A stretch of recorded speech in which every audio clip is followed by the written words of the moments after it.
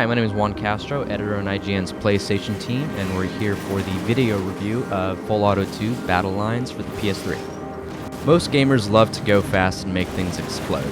That's just kind of how things are. So there's plenty of reason to get excited when a game like Full Auto 2 comes out because it blends both those things. Now, the first game in the Full Auto series shipped for the 360 back in February, but a few issues kept it from being really great.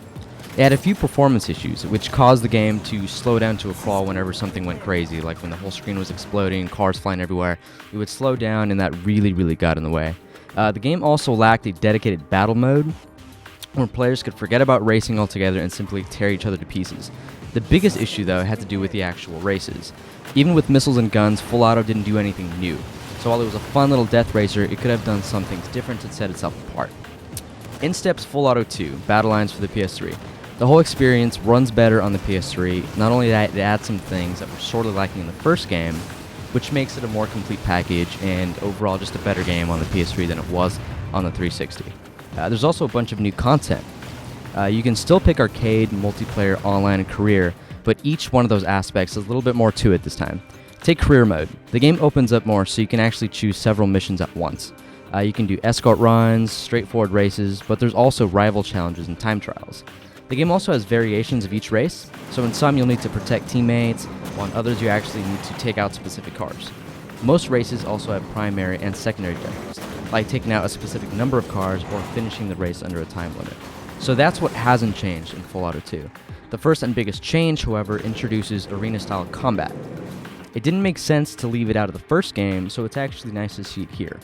Combat arenas show up as missions in career mode, but they also have a dedicated mode to itself. There's 6 different arenas, and most of them benefit from really good design. There's a good deal of obstacles, power-ups, and you can fight in the outskirts of town, a shipyard, an industrial complex, and a bunch of other places. A few of the stages aren't so great, but overall it's a nice set. It's just a few are a little bit bland in the design department, and they just don't make sense when you have 8 or so cars trying to be in a small area. But for the most part, they're actually really cool. Another big addition are the Destructible Environments. Every stage has positions that players can target to block or destroy rival cars. You can topple or destroy entire buildings, railway systems, as well as bridges, cargo containers, even docked ships. The original 360 game had a little bit of this. You can blow some stuff up like signs and chunks of building, windows, and things like that.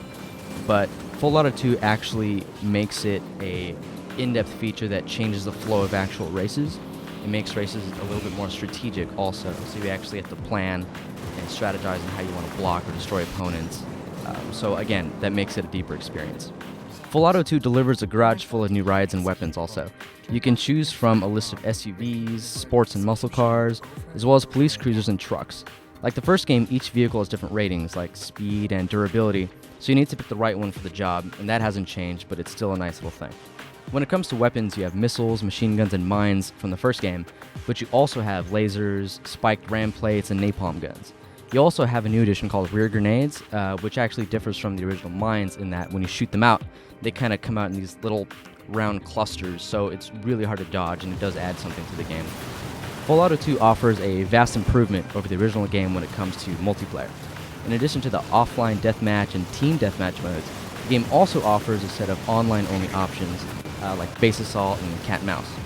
Those are actually really fun, and the base assault mode is pretty much what it sounds like. You have a bomb that spawns in the middle of a map, and a car has to take the bomb into an enemy base. It's simple but fun, and cat and mouse is a game where one player is it pretty much, and the other players just try to nail him while racing. Again, simple, but it's very fun. So there it is. Full Auto 2 improves on the original in just about every way. The addition of combat arenas, plus the new weapons and cars make it a better game than its predecessor. And the Destructible Environments actually make each race more dynamic and fun. So while it's still a simple death race at heart, the series is definitely moving in the right direction. We scored Full Auto 2 Battlelines for the PS3 a 7.8, and for the full written review, please head to IGN.com.